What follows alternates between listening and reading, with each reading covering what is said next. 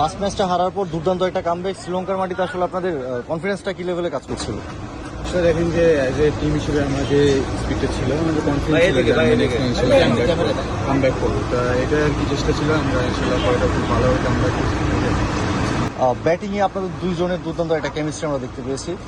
যে ম্যাচটাতে আসলে জাওয়াদ ভালো করছিলেন, সেই ম্যাচটাতে আপনিও 60+ ইনিংস খেলেছেন, এবং জাওয়াদ যে ম্যাচটাতে ক্লিক করেন নাই সেই ম্যাচটাতে আপনি ভালো খেললেন। আসলে দুজনের কেমিস্ট্রিটা ব্যাটিং নিয়ে যদি বলেন।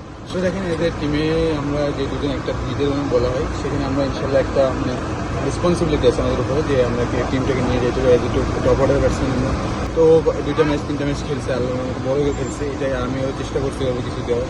এটাই আলহামদুলিল্লাহ টিমের জন্য যেটা প্রয়োজন সেটাই করার চেষ্টা করছি।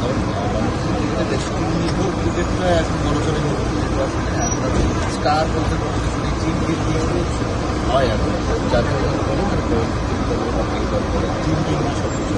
টিমটা আপনারা আসলে কতটা এনজয় করেন? না অবশ্যই, কারণ দেখেন অ্যাজ এ ইন্ডিভিজুয়াল এখন যে ক্রিকেট যেমন আপডেট হয়েছে, আমার কাছে মনে হয় যে অ্যাজ এ টিম হিসেবে সব কিছু। আর আমরা চেষ্টা করি যে কার কোনটা রোল, আসলে একটা প্লেয়ারের রোলটা আগে নিজেকে বোঝা যে আসলে রোলটা কী। As a as a opener batsman, আমি অ্যাজ এ 3 নম্বর ব্যাটসম্যান, আমার রোলটা কি এটা বুঝতে হবে টিমের জন্য। তো আমরা ওইভাবেই চেষ্টা করি সেটা করে।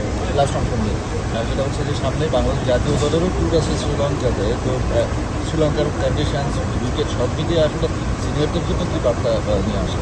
আসলে দেখেন তারা অনেক ম্যাচ খেলছে, এখানে তারা অনেকে জানে, এবং আমার যেখানে খেলা হয়েছে মেবি এখানে ওনাদের খেলা হতে নাও পারে, ওনার যেটা খেলা ওখানে অনেক ইন্টারন্যাশনাল ম্যাচে, তো ওনারা এগুলো ওখানে খেলছে, এক্সপিরিয়েন্স ভালো, ইনশাল্লাহ এটা ভালো কিছু। কন্ডিশন সম্বন্ধে যদি বলেন। কন্ডিশন আসলে দেখেন ওখানে সেম ওয়েদার, আমাদের থেকে একটু গরম এমনই, আর উইকেটও অনেক ভালো ওয়েদার যে বোলিংয়ের জন্য, ইনশাল্লাহ ভালো কিছু।